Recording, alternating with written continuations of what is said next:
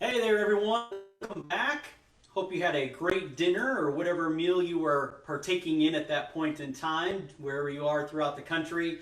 We are in our wrap up portion of things as we complete day two. Unbelievable. Just some outstanding sessions, and you're in store for a final great session as we end things here for 2020. If you were stuck around last night, you were able to hear from Elliot and the awesome information that he had to share from Marching Health. So, it's my pleasure to welcome back Elliot Cleveland. He's a physical therapist with ATI Physical Therapy and the founder of Marching Health. Elliot, thanks again for joining us and welcome back. Thank you guys for having me. It's been a pleasure to come on both nights in a row.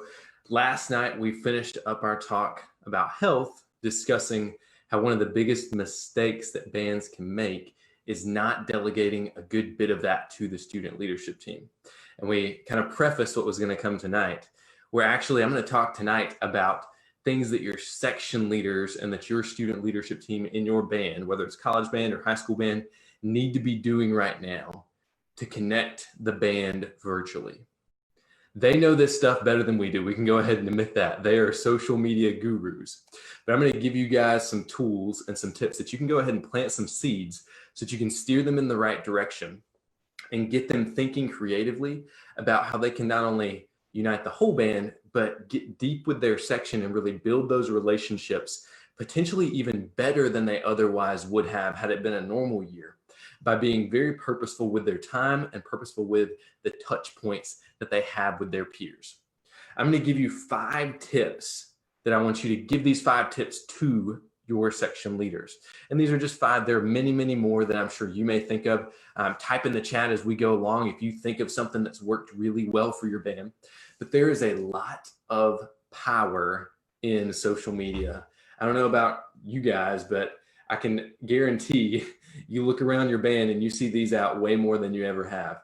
Maybe that's due to UDB putting all the drill on these, and that makes it even more fun. But a lot of your students are checking their social media before rehearsal, during rehearsal, on their breaks, and after rehearsal. So you know that there is an opportunity there for you to make a difference, not just to them as a marketing tool and a recruitment tool, but also as an educational tool. For many who have had pushback against their band being involved with social media, I want you to think of it like this. Social media is not for you. Sometimes it's not even for the band, it's for them. Who is them? We need to identify them and identify the audience that you are serving. It's the same audience as you are serving any other day of the week. You are trying to educate your students. And see this, I encourage you to see this as another tool to help not only your recruitment, but to help your education of your current and prospective students, and to help cultivate the proper alumni culture that you want. Because alumni are hopping on these social media pages and fans and tuning in just as much as anybody. And that can be a very beneficial tool for you, as we know that alumni support really goes a long way towards the longevity of our band programs. So who am I and why do I deserve to talk about social media to you? I'm Dr. Elliot Cleveland, like he said. I founded Marching Health just a little bit over 2 years ago. Now we're about to be knocking on the door of 50,000 social media followers. I got 50,000 almost banned people to care about their health by posting on social media. That is not something that you would have thought about 3 or 4 years ago and said that was going to be possible. So I can give you some strategies to help you make your band social media pages even bigger and bolder and more useful tools for you after we talk about how your section leaders can help the band connect. Some of these are going to seem really, really simple, but trust me, you just need to state them. Sometimes we need to be reminded as human beings, especially if you teach older students, if you're teaching in the college ages, remind your students of the simple things with their leadership skills. So write these down. How I can teach my section leaders to connect with their sections virtually. Number 1, always be inclusive. Those prospective members and those returning members have had an experience, probably very recently in their life, where they were excluded from something. You need to remind your section leaders that this is a very inclusive time. We've got enough things that are dividing our attention, taking us away from socializing with each other and building community. We need to use these tools, whether it's social media, whether it's Zoom, whether it's Google Hangouts or just phone calls and GroupMe. Use those things to include everyone and get everyone in on the conversation. There's going to be students in your band who you know who they are that tend to pull back and tend to be a little bit more aloof. This is the time where we need to reach out to them and get them engaged with the band culture that they love and that they really cling to. I've had countless numbers of students at all levels be very, very distraught during this time. And this is part of the sports psychology aspect of things, because band is their way out, which is a sad, that hurts me emotionally to think about, but this is also the time that we have to bring them back in. Always be inclusive. They've been excluded, whether it's socially, whether they didn't get to be a part of the group that got to go out after rehearsal or go get ice cream with everyone after the last home game or something, or whether they were excluded from the ensemble, they got cut. We all know how that rejection feels. Do not let rejection and do not let exclusivity be a barrier to people having access to your band program this summer. Number 2, no bullying allowed. You do need to state this. As directors, you do need to state there is a 0 cyberbullying tolerance policy that section leaders need to have within their section. That's the biggest opponent you have to developing a strong culture this summer and this fall and this whole year. If you can teach your section leaders to monitor those moments where a conversation could shift really quickly in a negative direction, that can be very beneficial, not just to develop that person as a leader, but also to let the other people in the section know that this is a welcome environment for them and bring them in. I'm someone who likes to joke around. I'm a drummer. Drummers tend to have that personality where they're always having fun in the back of the classroom. So I've told people that if they're the same, if they're in that similar boat where they tend to joke more, they may need to be a little bit more conservative with these virtual communications, because they don't want that joke to be perceived as something that it wasn't. We want to be very welcoming in not just the environment you create, but also the humor that you have within those groups. So whether it's GroupMe, whether it's a virtual call like this, make sure that that is a very welcoming environment and there's no cyberbullying allowed. Number 3, send video whenever possible. Tell your section leaders to send videos whenever possible. They are much better at this than my generation and your generation. We are used to text, we are used to handwritten notes, we're used to emails. They are used to Instagram. They are used to Snapchat. That's actually a video platform. You have misconstrued a text message probably within the last week because you weren't able to hear the tone of the person speaking. When they send video, that tone gets clarified. It's a lot easier to interpret the message in a video format. Maybe this even means you as a director need to hop on the social media page, and instead of sending out a large email, you need to do a live video on your band's social media platform so that everyone knows exactly what you mean and understands your communication style, and they get to see your face. That's another touch point that your students need to have with you. They need to hear from you right now. All right, number 4, have at least a weekly check-in. Your section leaders need to be checking in weekly with the people they know are coming back. I know many of us aren't having auditions until the beginning of fall semester, but there's a lot of us who are also doing video auditions right now. And the section leaders know who's coming back in their section.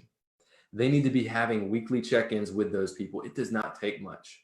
We're all a little bit distanced depending on your state right now. You could say, hey, make sure Mondays you just send a message out to your section. Let them know that you're thinking about them. Because here's the really important thing with this. Take yourself back to when you were a freshman coming in a little bit anxiously into a band program. You probably didn't have all the technology we have available today. Between summer, if you guys had any summer auditions or summer kind of mini camps or welcome sessions or informationals, and that's actual band camp date, if you had a section leader sending you a message weekly, that would have made you feel much better about yourself. You felt pretty darn special thinking about that senior who you looked up to, or that junior who you looked up to, and saying, man, that person reached out to me 5, 6, or 7 times before I actually showed up. That person would have gotten hooked. When you're talking about recruitment, and we're all a little bit anxious about what our numbers are going to look like this year because of recruitment, that is the key. Your section leaders are the key. Your leadership team is the key to your recruitment right now. I've told them, the groups that we have worked with, I've said, you need to send out one group message each week, and then you just need to take 15 to 20 minutes and send one individual message to each of those people. It does not have to be anything elaborate, and write that down. Make sure they're sending a weekly check-in to their section and a weekly check-in to each member. It doesn't have to be elaborate. They know how to do this very quickly. It can be a quick Snapchat to them. That takes all of 3 seconds to take the pic and type in the little caption. Just let them know that they're thinking about that person. The last point I want to give you is number 5, have fun. Teach your section members how to have fun. Some of them don't know how. You need to teach them. So here are some ideas. It doesn't always have to be about band. There are several band social media pages that do this really well. Ohio State's awesome at it. Clemson is really, really good at it. Western Carolina is good at it. They posted some very humorous realities of what's going on, where their section leaders are right now, and their section leader kind of thinking about doing some funny things around the house and showing that human side of who they are and who the band is on social media. That's a really good tool to help take some of the nerves off the incoming freshmen. Here are some very specific ideas you need to take from this. It's one thing to just talk about how to, theoretically teach virtually. It's another thing to give you tangible ways to increase your band's social media presence, because this matters. There are more people on social media than anything else right now, and they're looking at it multiple times a day. And if you pop up in their social media newsfeed, that's another touch point you get to have with them, another reminder. So things that we have talked about. You guys know Zoom calls. You know Google Hangouts. You know those classroom style settings. But things that you're worried about are students not showing up strong enough to be able to hold their horn. So maybe you need to talk to your media interns, your social media interns, and get them on some of these Instagram platforms, some of these TikToks, and say, hey, you guys need to have a horn holding contest between sections or between new members. Say there are some 60-second things, they know these things, where you guys have to be able to get outside and hold your horn up for the desired amount of time. Just show us that you are practicing, or show us that you're just putting effort into getting ready for the season. It could be some really funny things. It could be like your section leaders doing something that is a tradition of your school band and doing it on TikTok, which I know you're like, oh my gosh, TikTok, are you kidding me? No, I'm dead serious. If you get on TikTok right now, you'll be very successful for the next 4 to 5 years in recruiting. You need to get them on TikTok and do your band things, whatever those traditions are, and use a feature called duets. Duet means another person on TikTok can video themselves doing the same thing and send it back to you and post it themselves, which gets it spread like wildfire. But that shows that they are doing that thing. So I'm a Clemson guy. I learned under Dr. Mark Speed. I could go on there and say, hey, I'm going to do this thing that emulates Tiger Rag, or I'm going to do this third down cheer that we all love to do, and challenge our fans or our prospective students to go do a duet of themselves doing that thing. Guess what? That kid isn't just going to do one take of it. That kid is going to do 19 different takes until he gets the right angle, until he gets the right look or the right lighting, which means 19 more practice reps that you didn't have to tell them to go do, because they want to do that and look good. And we're all a little vain. We want to look good on social media and put our best selves out there. They're getting their practice reps in without even knowing it. And you are facilitating that via social media because the kids are there. You're putting yourself on the student's level. Get yourself on their level with content that matters to them and is still your band's thing. So that's one example. You could do duets. Another way that you could do this is take Instagram. A lot of bands have Instagram. I don't want to say every band, but most bands have an Instagram page. You could have an Instagram section page. So at Clemson, we have the Clemson Drumline page. You need to do something, call it hashtag Member Mondays this summer, where all the returning members that you know of are posting a picture of themselves, why they are returning, and then 4 random facts about themselves, so that the prospective members see what this person really values in the band that they're in. Maybe the next thing is, what's your favorite moment as a band member? Maybe the next thing is, what's your favorite ice cream flavor? What's your favorite dance move? And who is your biggest musical influence? Pick whatever facts you want, but that gives icebreakers. You just had 5 icebreakers for each of those members that you choose to do a Member Monday with coming up. And when new students show up to band in band camp, they're going to automatically know something about that person and be attracted to them and have something to talk to when they meet those people in person. Also, that's going to give you guys some banter. People are going to start commenting on those posts. Comments, likes, shares on your post lead to what we call engagement. That increases the reach of your post, meaning every time somebody goes and likes it, every time somebody goes and shares it or comments on it, more people are going to see it who look like that person who commented on it. So more alumni are going to see it, more prospective students are going to see it, whether it's this year or next year's prospective students, and more current band members are going to see it and get a little bit nostalgic about how much they miss being a part of the band. That's going to fuel some momentum going into this upcoming season. You can also do Instagram calls. You can do Instagram story features. You can use little quizzes. There's so many features on these social media platforms that you need to get your media team interns. It can be a marketing major. It can be the drum majors. Get them familiar with them. They're usually pretty familiar. You just have to give them the tools and say, hey, go engage our audience. Give them the content that our prospective students need and our current students need, and boost our culture for this upcoming year. So things that you can do on Instagram stories, you can do quizzes.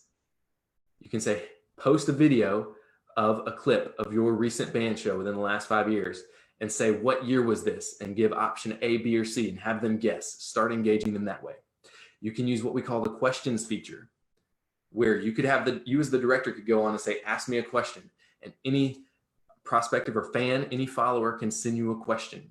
Or you could use that same feature and say, what's your favorite thing about the Fighting Alumni Band?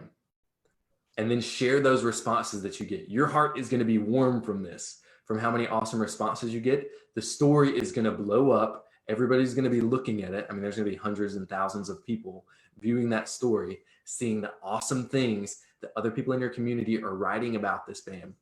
And that's going to help with your reputation and help with your recruiting and help with the entire band's philosophy going into this year. You can also teach on it. This is the thing that you need as an educator to take advantage of right now. And quite frankly, this is the content that people care about most. They look for quality education. I know when I was in high school and I was looking for what college I wanted to go to, I was looking around at the best schools. And back then, way back in 2009, you had vicfirth.com as a drummer to go to. Guess which drumline was on vicfirth.com? Western Carolina. Shout out to you, David Starnes, if you're still listening. I was watching that drumline all the time. I was watching Florida State. They were on YouTube everywhere. I was watching Clemson. They were starting to get on these social media platforms. And those were the ones that I was looking to. Now, you have even better than that. You have all these social media platforms, and you can use them to teach. It is not just a, hey, this is what my band does. It needs to become a, hey, this is how we do things, and this is why we do things. You know what those things are. You have your curriculum. You're a fantastic educator. Now you can put those things in front of people that are about to become a part of your program, or a year or two from becoming a part of your program, or just a family member who knows, hey, my kid's probably going to one of 2 in-state schools, and I happen to see this awesome band director on social media going ahead and kind of sharing their heart and sharing why they love to do what they do. And that's really going to increase their response to you as a teacher and where they're going to send their child or push their child towards in the future. But specifics, Instagram, get your drumline instructor on there in the next couple weeks and have them do an Instagram live and save that Instagram live. Have them go through some exercises or go through the audition packet. Push that out onto all the platforms. Same thing with the guard instructors, the brass instructors, the visual instructors. Use those tips. You can use the story, you can use the news feed, all of those things to help you as an educator, and go ahead and get the auditionees ahead of the game. Don't just send them audition music in May and hope that they show up in August with it. You can use all these platforms in very simple manners to break down these audition packets so that what you would have probably spent as your first rehearsal block teaching the basics, that can already be done by the kids who are going to make the ensemble. You know who they are. They're the cream of the crop. They're the ones who are already looking at your social media pages right now. They're digesting that information. If you're already putting out all of your trumpet technique videos, those top trumpet players are going to come in ahead of the game, ahead of where they would have been, 1 or 2 rehearsals into it already. Why I say get on TikTok right now is because it's a land grab. Think back into the 1700s or whenever it was. Gosh, I don't want to go into history. Somebody out there might know history better than me. Whenever America sailed over here, I sound like an idiot for somebody with a doctorate degree. Whenever the Pilgrims came across, it was a land grab. There was a ton of land out there. We were going to claim whose land was going to be whose. Same thing happens on social media. When there's a new social media platform, you need to get your band on it before other bands get onto it, because there's a land grab. The first ones onto it and the first ones that start using it for their purposes of teaching and education and building that reputation are going to be way ahead, because all the followers and all what we call the organic reach, which is that social media company is going to keep pushing your videos out to strangers to help grow their brand. Get the land of the college marching band or the high school marching bands taken by you, that band, and start putting your brand out there, because it matters. It doesn't have to be you, the director. You just need to put somebody in charge of doing these things. TikTok is the easiest way to teach in an educational fashion, because you can video edit faster than you can on any other platform. That's why I'm driving home, get your band on TikTok. You can have your drum major go through, here are the counts. Here's how I'm going to count off Tiger Rag. Here's how I count off your fight song. And then you can put a little clip of the band playing the fight song after that. You can have them break down, here's how we forwards march in our band. It might be different than what you've done. So here's 4 simple steps. And you can give those technique cues really quickly in 60 seconds or less. I know that sounds crazy, but you can whittle things down so easily on TikTok. Then you can also save that video onto your device, onto your phone, and repost it onto Instagram. So you get the exact same education in half the time on 2 different platforms. You can also repost it on Facebook. You just knocked out all of those social media platforms. It doesn't have to be this overwhelming thing by starting with one. Just start with one. I know there's a lot of bands out there who are trying to do all of these different social media platforms. Just start, because it can be overwhelming. Use it for education right now. Really help grow your brand as a school, but also remember, this is not for you, it is for them. The more you pour yourself out as an educator on there, the better off your band is going to be in the fall. Questions?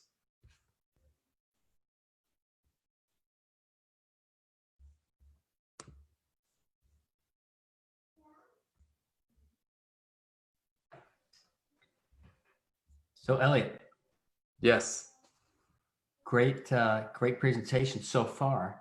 So, for us old guys who high school kids don't connect with anymore, you're basically saying, hey, let your student leadership be the ones to recruit for your band, right? Right. Yeah, because they don't want to see me. I mean, maybe a little tiny bit, but you're right. They're going to connect with the folks that are in the band, not with the old, the old guy, the old bald guy. So that's great advice. And do you think that the different social media platforms are good for different things? Absolutely. Talk about that a little bit. Yeah, that was one thing I'd written down and wanted to touch base on a little bit. Facebook is a little bit more for long form content, and also remember different audiences are on different platforms. It's a really important part because your content has to be geared towards the audience that is on that platform. If Clemson, for example, goes on Facebook and posts a video of Dr. Speed screaming in excitement when they catch the ball at the end of the, or intercept the ball at the end of the Ohio State game, that goes viral on Facebook because there are so many alumni, there are so many fans and people who have graduated from Clemson who are in the age group that is on Facebook. So that kind of college graduate and on.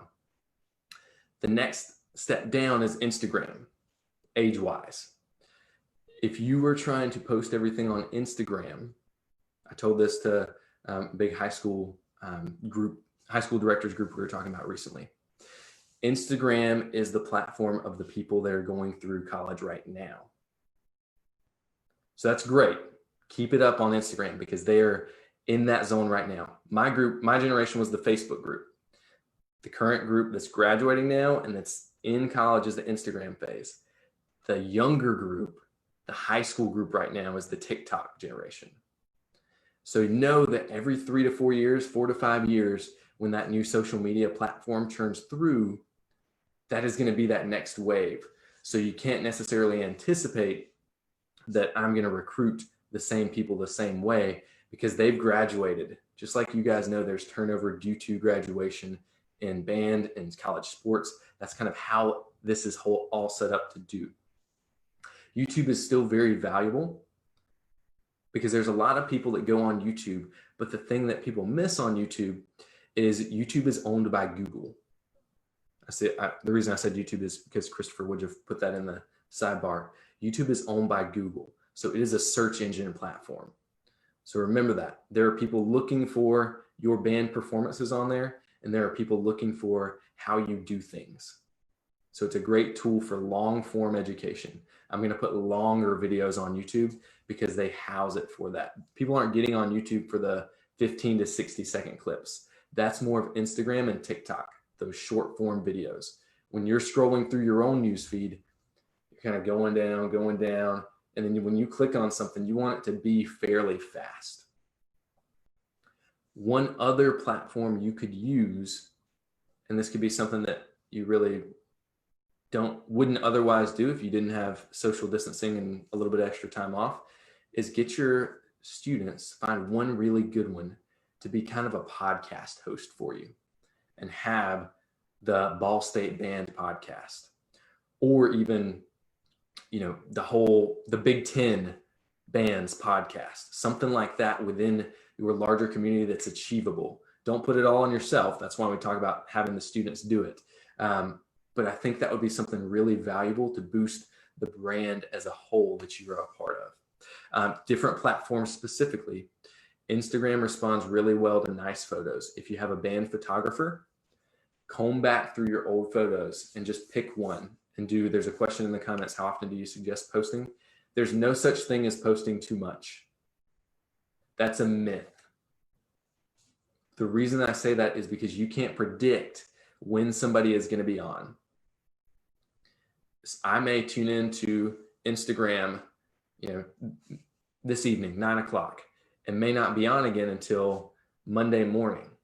So you've got to make sure that there's content out there in between those times so that when they do log on, they see it.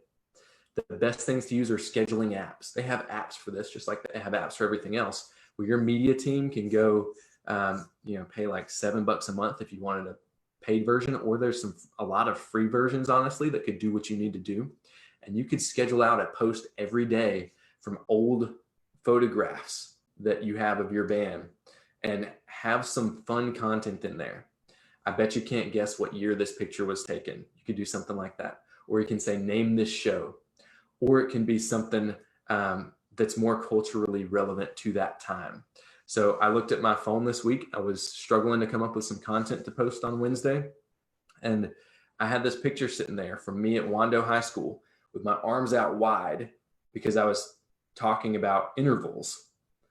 And I actually flipped that and made the caption about, you actually need about arm's width, fingertip to fingertip, your wingspan for social distancing.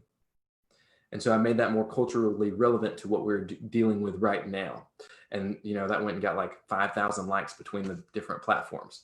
So little cues that it doesn't have to be all band related. It can be fun, like we talked about. And then Twitter, a lot of bands use Twitter, is great for quick updates, quick scheduling things, and just quick learning tips. I know you all have your favorite list of quotes that have inspired you as an educator. That's a really great place to put those. A surprise about Twitter is that I take tweets, and you can tell your media team to do this. I take our tweets that do well, I screenshot them, and I repost them on Facebook and Instagram as photos, and they do tremendously well. Because people love those very quick thoughts that are profound. Not that I'm coming up with profound thoughts, but people love those really quick thoughts that inspire them, almost like a quote wall when they're scrolling through their newsfeed, whether it's on Facebook or Instagram. Does that help answer your question, Dr. Speed? Yeah, absolutely. You're up on all the latest. That's awesome. And we have a great social media team here at Clemson, and we also have partnered with our business school that actually teaches this to their business majors. And we have a lot of analytics on the various platforms, and so we've tailored our content, for Facebook, for Instagram, for Twitter, based on who our demographics are on each of those platforms.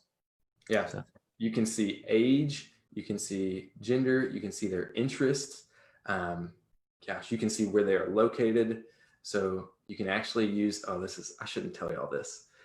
You can pay very small amounts of money and send your best posts. Like you can look back at what your best posts are, or send some ads that you want to create. I think this would be huge for every band next year. Send an ad to the area of the country you want to recruit from. So we're all thinking Texas right now, potentially. I've been doing this where I send, a certain ad that I know is going to do well in a certain state to that state. And it does really, really well because that's what it's about. And we wanted to recruit the athletic trainers that we were going to have with two of the drum corps we worked with last year. Instead of paying a couple $100 to post it on like the National Athletic Trainers website, I did a $5 Instagram ad. All of our medical teams, because I targeted people with the interest of drum corps, marching band, WGI, and athletic training. Yeah, it's really interesting to see some of those, some of the information that you can get, like where people are looking at your content. And for us, because of this incredible, successful run that we've been on with our football team, we're getting a lot more interest from parts of the country that we've never had interest from before. And it's really fascinating to see the Clemson brand spreading. And, we're trying to leverage that in our social media use as well. So yeah, it's really, really fascinating stuff. Mm-hmm. And I think you said it very well with getting the marketing majors. This is basically an internship for them. So they get real work experience doing something that they love to do, which is be around the band. Cool. Fantastic. Elliot, thank you once again. 2 nights of solid information tonight, very informative as well. I know I can speak for all of our colleagues throughout the country of just how much you've helped so many programs in these 20 to 30 minutes each of these nights. Want to again call attention to Elliot's website and all of his social media, Marching Health. He is the creator and founder of this great organization. You can see a lot of his tidbits of information. He's just talking about Twitter and those, golden nuggets. He's spot on with these things, especially he's got great Twitter game in terms of throwing those golden nuggets out there, and it's just very informative. So make sure you follow Marching Health. Tremendous information, and we talked about this last night, but if you weren't with us, he has made available an awesome back-to-band free training program, and that's located on the Marching Health website as well. So we posted that in a couple different areas. But Elliot, thank you once again, my friend. Thank you guys so much for having me. I appreciate it.